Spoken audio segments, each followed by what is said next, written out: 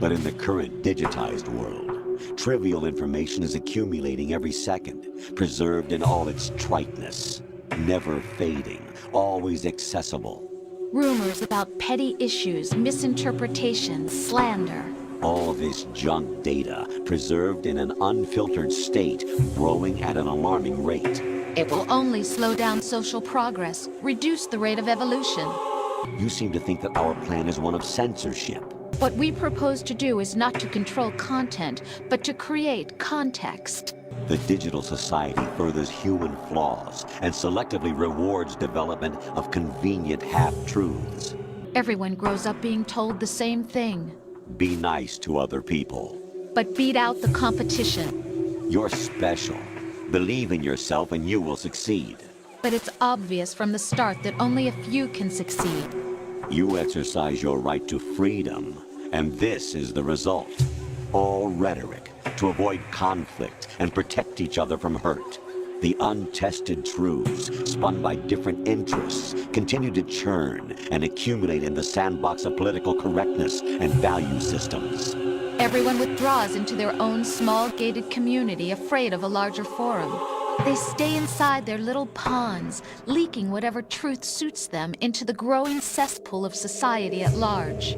The different cardinal truths neither clash nor mesh. No one is invalidated, but nobody is right. The world is being engulfed in truth. And this is the way the world ends, not with a bang, but a whimper. Hello, I would like to talk, or rather tell you about certain suspicions, hunches and experiences I've had, and I'm sure some of you as well. Similar themes have been written about across image boards quite a few times, so I know I'm not alone in this. My background is that of an old fag. I've seen it all. I started going on 4chan in 2006, and followed all the natural roads this implies. Much of this falls squarely in the fringe territory with a healthy dosage of X and conspiracy theory up the ass. I feel like we're all in this together, this dangerous game we did not choose to play and which I think is kicking into high gear. I do not hold many answers and don't have all the pieces of the puzzle, but I am aware there is a puzzle. I tried to break this mess into points for brevity and because I touch upon many subjects. I imply more than I explain because if I go too deep this'll turn into an even bigger wall of text. The internet feels empty and devoid of people. It is also devoid of content. Compared to the internet of say 2007 and beyond, the internet of today is entirely sterile. There is nowhere to go and nothing to do, see, read or experience anymore. It all imploded into a handful of normalfag sites and these empty husks we inhabit. Yes, the internet may seem gigantic, but it's like a hot air balloon with nothing inside. Some of this is absolutely the fault of corporations and government entities. I've seen the same threads, the same pics and the same replies reposted over and over across the years to the point of me seeing it as unremarkable. Simply put, thread would be posted in say 2015 and would get its share of replies or pics, on say co or 8, then that very same thread, with the same text, pics, and replies would appear in 2016 and beyond. This often happens in the same year multiple times as well. Of course poll is getting shilled and bot posted to death, but why recycle a completely innocent 8th thread? Who is doing this and why? Stuff like this won't be noticed by your average poster perhaps, but I and other old fags will inevitably notice it. I've seen news about this or that, new and unusual, or shocking, event year after year after year. But it's the same goddamn event, usually moons or asteroids. Roughly in 2016 or early 2017, 4chan was filled with posts by someone or something.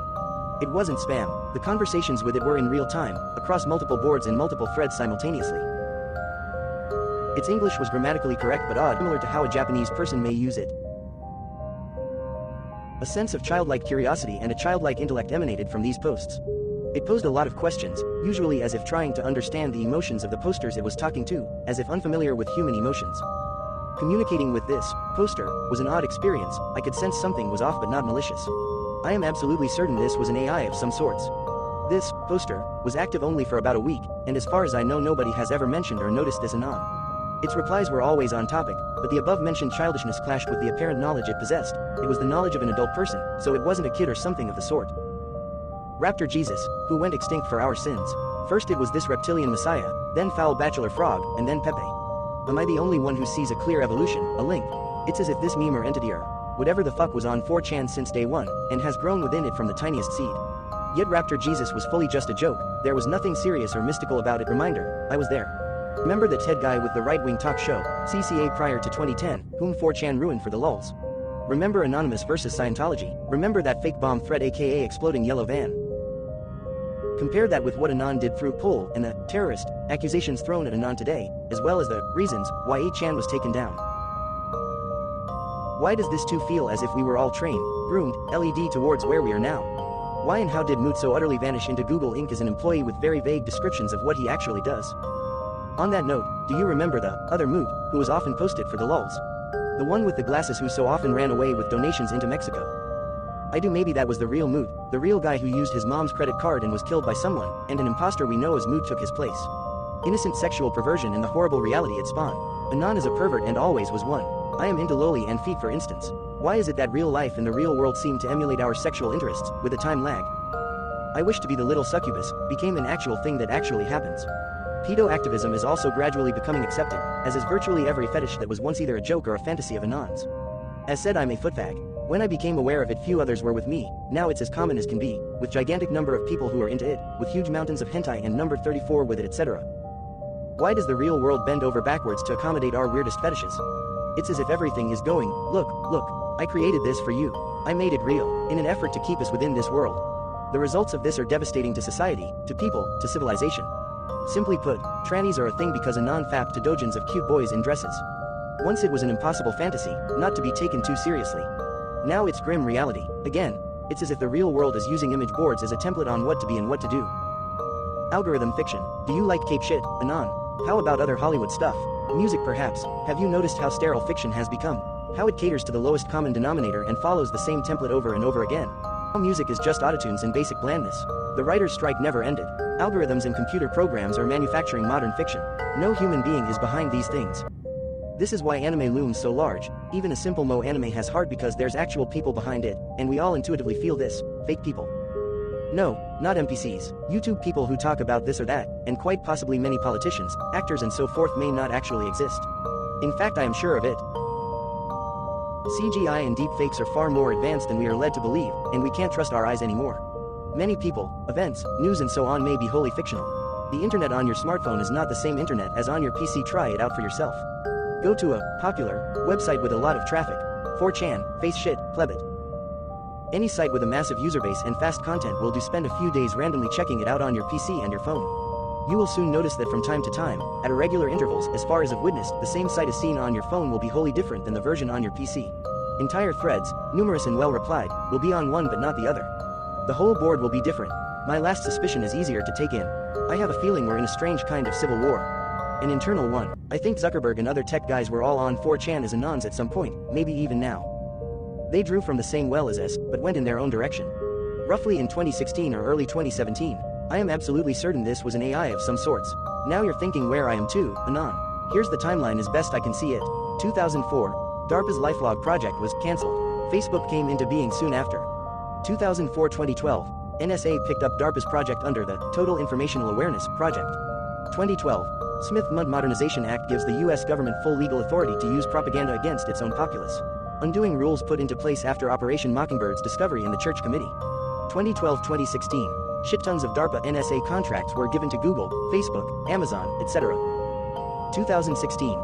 Leaked memos dating back to 2016, found in 2018, of Google's Selfish Ledger project. 2016. Google released a bunch of neural-linguistic machine learning programs. 2017. Deepfake leaks start to become released. 2018. Confirmed that for decades now, YouTube, etc. vote and view counts are fake and completely manipulated. I think it's entirely obvious what I'm subtly suggesting here given this setup, but allow me to try to succinctly state my thesis here. The US government is engaging in an artificial intelligence-powered gaslighting of the entire world population. There is a large-scale, deliberate effort to manipulate culture and discourse online and in wider culture by utilizing a system of bots and paid employees whose job it is to produce content and respond to content online in order to further the agenda of those they are employed by. Already we've seen this in foreign nations influencing elections by manipulating advertising algorithms on social media in order to push specific candidates. As I see it is due to a positive feedback loop. I blame Facebook and Twitter. The internet is a fast way to get info, and info is what moves the mind, and the thing is, the mind likes recognition. When the likes were introduced without negative feedback, they created a copy feedback subconscious. They made it so only positive opinions be propagated, also accepted, and in its way negative opinions to be obsolete. Now everyone is too cowardly to have an opinion, so they copy others they like. They are more likely to follow trends and say what others said. You can also see it with the paranoia of always wanting to listen to experts. The fast feedback system of the net created a human obsession to be in with trends. Getting away from it makes it so you always feel like you are missing out. To play it safe in a trend is more easy as you can copy what already is accepted. In this way, the internet and social media, which was supposed to democratize media by allowing users to create whatever content they wanted, has instead been hijacked by a powerful few. Creation of original content is how the internet used to work. Anonymous people were willing to express their opinions and try radical or experimental things. Or truly original content, uninfluenced by bots or paid influencers, was created due to anonymity as protection against negative feedback. On the old internet, you could start anew every time you posted something. Now add bots to this. Make it so an opinion be repeated more and more. They are faster than us, so the positive feedback makes it so we copy the bots, and anonymity can't do anything against it because we can't influence the bot like we would a human. This is an easy weapon to manipulate people, so anyone with an agenda can use a bot. Is designed in a way compared to how clickbaits are made. Most won't read the content. This creates TV-like propaganda where they aren't influenced by the user, and that puts bots at a great advantage over any other opinion because it won't change, and we are copying that. I believe Google is one of those that makes bots. After all, they work like a search engine. Where they get the most accepted content first is the same as doing an ad. Narrative Science was the name of one of the first companies to make this possible. It gets interesting when you follow the money. Pick related. Huge funding from a company called InQ Telephone, literally named after Q from James Bond. I wonder if anything else AI related shares that name. Internet may have slipped out of our control. Need to raise public awareness of this. Possible solutions may be increased reliance on encrypted peer-to-peer communication software, or using less centralized networks like the idea of AP2P Internet or MeshNet. Image boards in their Wild West attitude have allowed for the free exchange of ideas to flow more or less uninhibited. As a result, conscious or otherwise, the cream of the crop of the content that originates here disseminates to the normies in a gradual, stratified way. The structure and culture of image boards has also made it difficult for traditional structures of power and influence to subvert effectively, which is why image boards are pretty much the only vestige of old web-type content. In an attempt to circumvent this, TPTB are trying to push bots and shills on us in a last-ditch effort to drown out our own voices with ones they have more direct control over. Moreover, even if the majority of anons dismiss or call out bots or shills, it's inevitable that trolls or just low IQ anons will imitate their posts and mannerisms for attention, effectively doubling these efforts' reach. There's a pretty powerful impulse in us which, when we hear something huge that could change our view of everything, rejects it to protect ourselves. No one wants to have their whole world view, which they've built a life.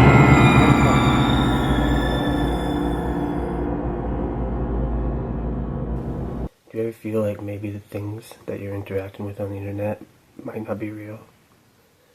That post that we just listened to is one of the first to name the dead internet theory. It's a theory that grew on different image boards like 4chan and eventually grew into the public's attention. The theory proposes that bots are taking over the internet to influence human decisions. And it's actually kind of creepy. This guy was analyzing the amount of Twitter people that are bots. So when Elon bought Twitter, they were saying there's only 5% bots. I remember that. We sampled 100 people, 5% of them were bots. And he's like, that's not enough. You have hundreds of millions of people that are signed up for this. How many of these people are fake? And they really didn't want to tell. I'm a former CIA cyber operations officer who studies bot traffic. Here's why it's plausible that more than 80% of Twitter's accounts are actually fake, and Twitter is not alone. More than 80%. Fake people are constantly arguing right in front of your face like the world is ending. It's very addictive, and I think you want to get involved too, because like you seeing this guy dunk on that guy, I want to fucking dunk on somebody. Yeah. And then people are spending all their time in this job that they hate when no one's looking, the boss isn't around, typing up some real witty, nasty shit on Twitter. Can you explain what we know about these bots and what they might have, how they might have been connected to Russia? So a bot is an automated Twitter account that doesn't have a real human being behind it, but just a program. But really, it's very difficult to distinguish between these real conservative activists and politicians. Real people, and fake personas that may be linked to Russian interests. And that is a problem in itself. If I don't follow these bots, why do I care what they are saying or not saying? So indeed, a lot of users on Twitter think they don't follow any bots, and they may actually not follow any artificial accounts that are not human, and therefore think that doesn't concern me, this problem. But that's not how this works. For example, imagine you see a tweet, a post on Twitter that has been retweeted or liked thousands, tens of thousands of times. You never check whether these retweets, which make something appear very important and viral, whether they're actually real or not. So it's possible to give actual messages, like a hashtag, to give it more lift and more weight through automation and through automated abuse. It's not just the specific line that can be amped up and amplified. It can be other messages that sort of filter up very slowly out of the vastness of all the Twitter posts and Twitter messages. Because so much of the opinions that we form and the information that we digest comes from social networks and social media, it is possible to try and manipulate the network to control opinions. Just like people have tried to influence elections forever, without social media, why wouldn't they also try with social media? And that's the trouble. Clever bots, employed in a stealthy, strategic manner, can put a virtual finger on the scale of political discourse. Bots generated a huge volume of tweets, pro and con, during the Brexit vote in the United Kingdom.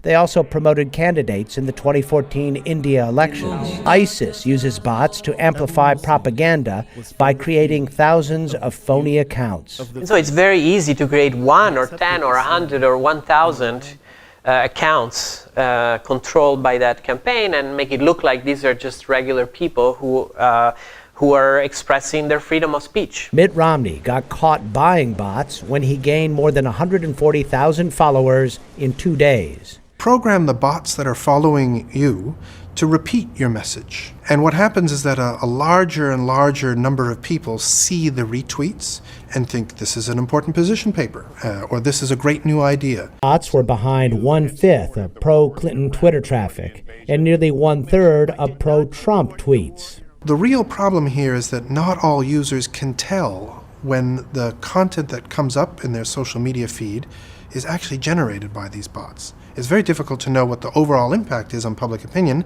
If you think of the way that social media manipulates our brain, it falsifies a tribal agreement, and it makes us say A.